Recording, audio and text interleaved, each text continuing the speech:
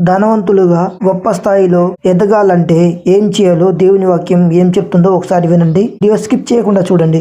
సామెతలు 22 అధ్యాయం 4 యెహోవా యందు భయభక్తులు కలిగి ఉండుట వినయమునకు ప్రతిఫలము, ఐశ్వర్యమును ఘనతయు జీవమును దాని వలన కలుగును.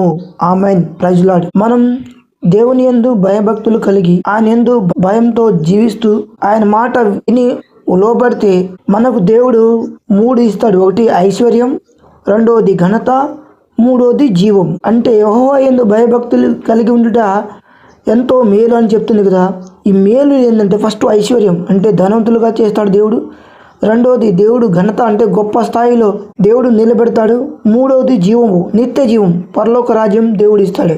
ఈ 3 మేలులు మనం పొందుకోవాలంటే ఈ మాటల ప్రకారం జీవిద్దాం. యెహోవా యందు భయభక్తులు కలిగి వినయం కలిగి జీవిద్దాం. ఈ మాటను బట్టి మనందరినీ దేవుడు దీవించును గాక. ఆమెన్.